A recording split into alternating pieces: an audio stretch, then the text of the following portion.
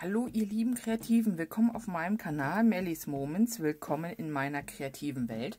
Ja, ich hatte letztes Mal schon angekündigt, dass ich jetzt so langsam Lust hatte auf Herbstfarben, habe ein bisschen im Internet einfach mal so rumgestöbert und ich bin auf ein Bild gestoßen, was jetzt nicht viel mit unserem Herbst zu tun hat, aber was wunderschöne Farben hat, und ich werde auch dieses Bild nicht nachmalen, es geht mir einfach um die Farben, ich zeige es euch mal, und das wäre dieses hier.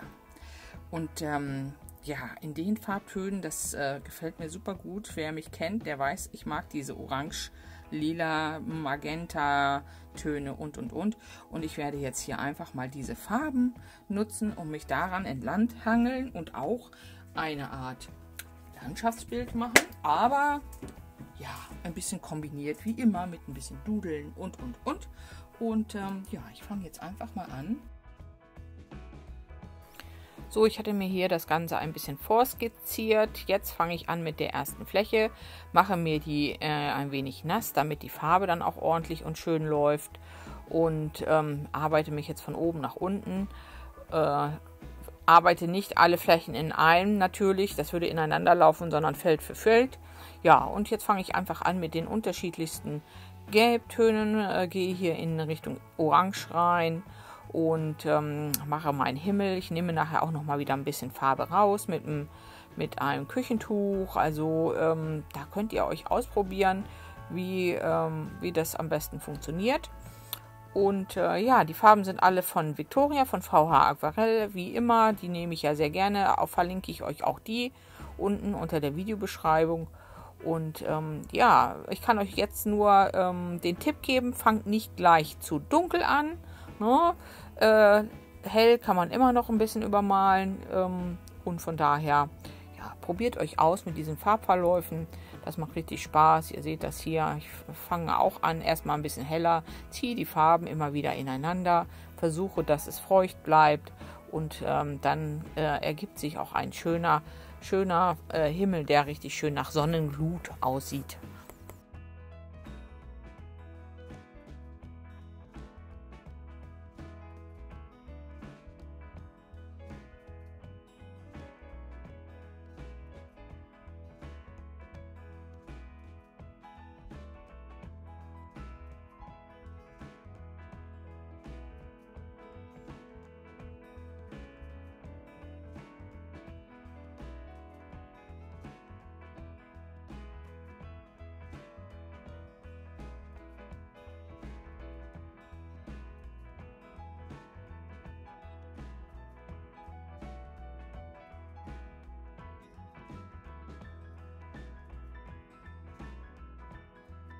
So, auch hier fange ich jetzt an, setze verschiedene Farben ineinander.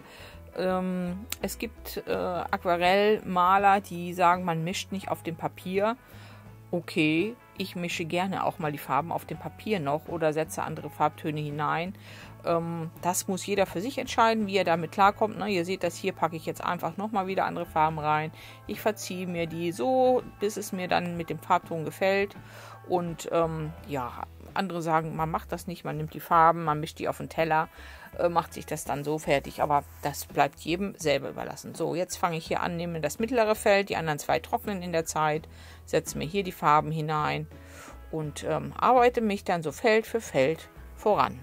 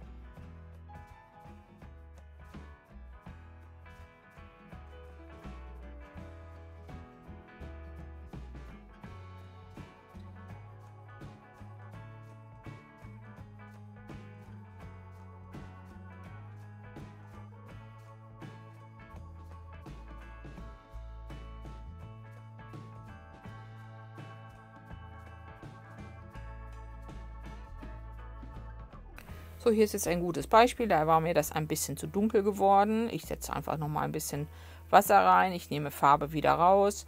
Bei einem guten Papier könnt ihr das alles machen. Das lässt das Papier mit sich über sich ergehen, sage ich mal. Ne? Ist alles kein Problem. Und bei einem günstigen Papier wird das so nicht möglich sein. Das fängt an, sich aufzulösen und aufzuribbeln. Aber gut, so, auch da nehme ich nochmal wieder einen anderen Farbton ein bisschen hinein, mische mir das in der Fläche und dann wird es auch so, wie ich es gerne hätte.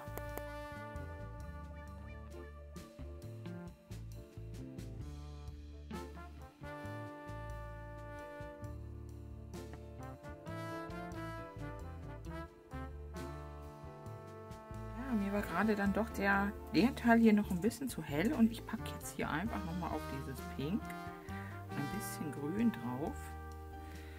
Ja, da kriege ich jetzt nochmal so ein bisschen eine andere Tiefe hinein. Das gefällt mir doch einen kleinen Hauch besser als mit dem Hell. So. Erste Schicht soweit trocken, finde ich schon sehr schön gelungen. Jetzt werde ich noch mal ein bisschen die Bäume setzen. Das mache ich mit einem Paint Spray, einem Grauen, ganz normal. Und ich gucke mal, ich will das hier ein bisschen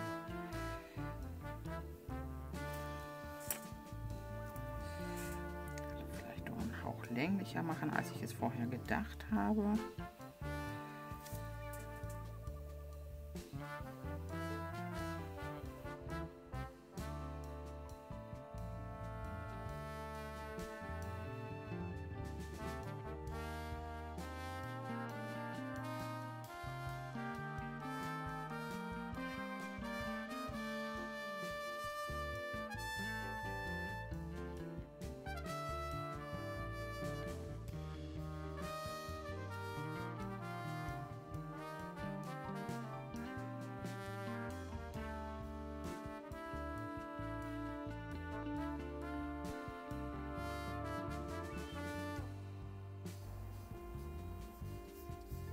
Diese Pinselform ist übrigens eine sehr schöne, finde ich. Ich mag die total gerne.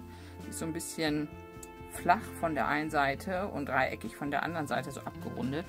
Und damit arbeite ich tatsächlich sehr gern, muss ich sagen. Weil man auch spitze Geschichten hinbekommt, aber natürlich auch Fläche ein bisschen. So.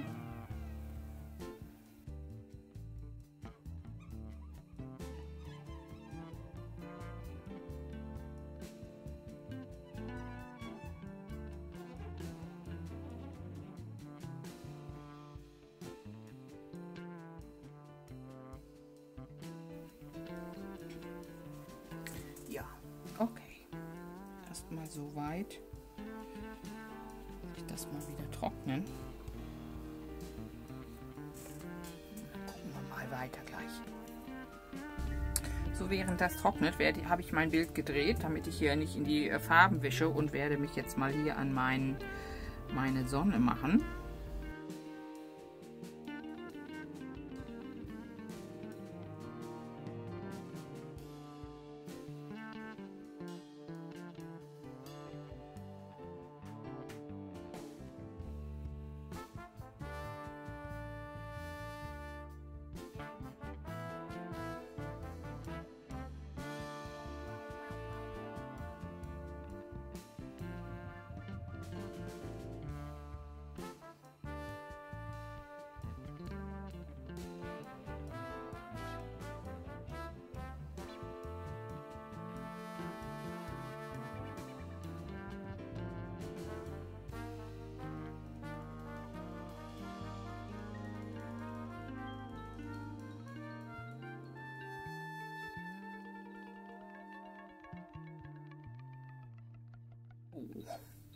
Manch einer würde jetzt sagen, oh, so ist es schon schön, lass es so. Aber nein, bei mir muss immer ein bisschen Dudelei hinein. Und ich hatte mir zwei goldene Stifte rausgesucht. Und ich werde tatsächlich heute eher diesen hier nehmen, weil das mehr so ein Olivgold ist. Das gefällt mir ein bisschen schöner.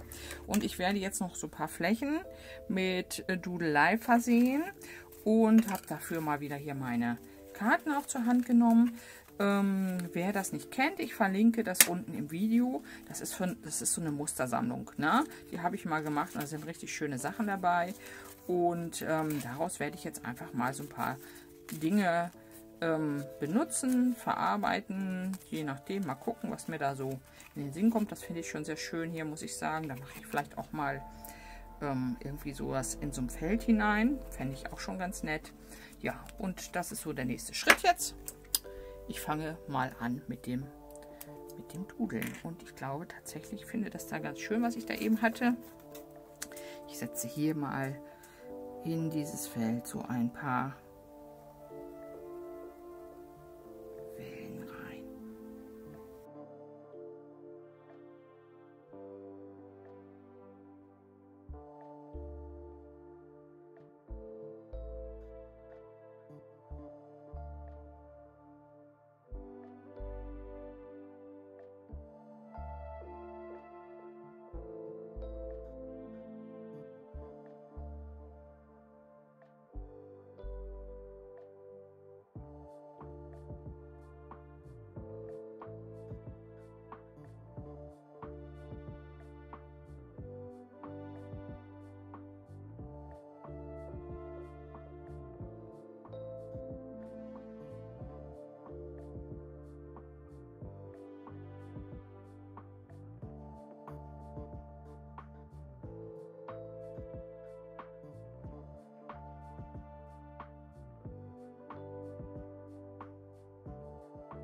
Ja, ich fange einfach an, setze die unterschiedlichsten Muster hier in die Bäume hinein. Ich habe das ein bisschen zusammengeschnitten, das wäre sonst doch sehr langwierig geworden.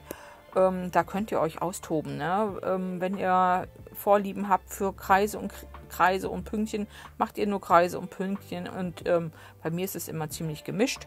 Und von daher suche ich mir immer so meine Lieblingsmuster raus. Meistens sind das Spiralen, es sind Striche, es sind Pünktchen und arbeite mich da jetzt einfach ein bisschen voran.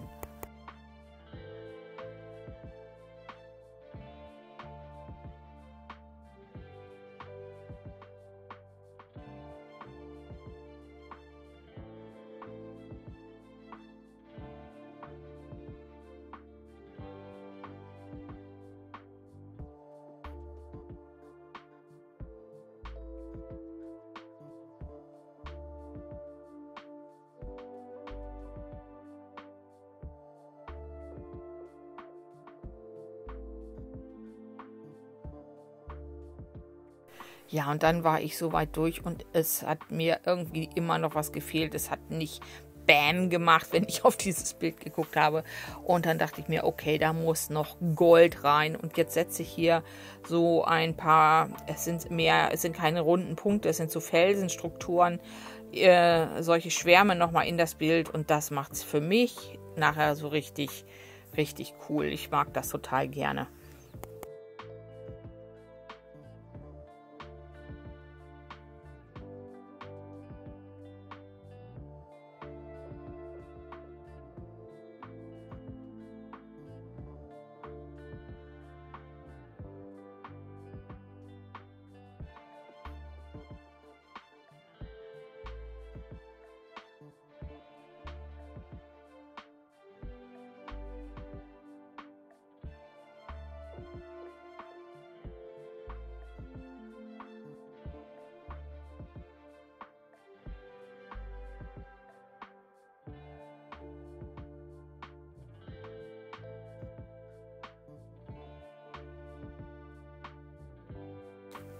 Ja.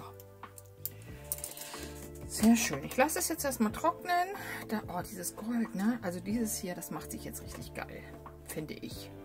Ja, ich lasse es jetzt kurz trocknen, ziehe mal die Strippen ab und dann sehen wir gleich mal, wie es aussieht. Ihr Lieben, mein gutes Werk ist fertig. Ich habe noch einen kleinen goldenen Rand drumherum gezogen mit einem Stift. Und guckt mal, wie schön ist das am Glitzern. Ist das nicht ein Träumchen? Ja. Ja, meine Interpretation von den Farben, von dem Bild. Ich zeige es euch nochmal. Mal gucken, wo hatten wir es denn? Also, da waren die Farben. Die haben mir gefallen. Und das habe ich am Ende draus gemacht. Ja, ne? Hätte jetzt noch, wenn ich so gucke, sieht es noch ein bisschen rotstichiger aus. Aber ja, das ist so für mich okay. Ich mag die Farben so, wie sie sind. Ich wollte ja auch nichts nachmalen, sondern mich haben einfach diese Farbtöne inspiriert. Und natürlich mit meinem geliebten Gedudel und ja, Gold, ne? Also es ist einfach so, ich finde, zu Orange und Lila gehört Gold. Es tut mir leid für alle, die sagen, boah, das ist mir zu viel. Ja, macht es anders, ne? Ist euer Bild, ihr könnt alles anders machen als wie ich, ne? So, meins gefällt mir so ganz gut. Und mit diesen Worten verabschiede ich mich. Ich hoffe, es hat euch gefallen. Wenn ja, lasst mir gerne einen Daumen da, abonniert meinen Kanal und wir sehen uns im nächsten Video wieder. Bis dahin, macht's gut, eure Melanie.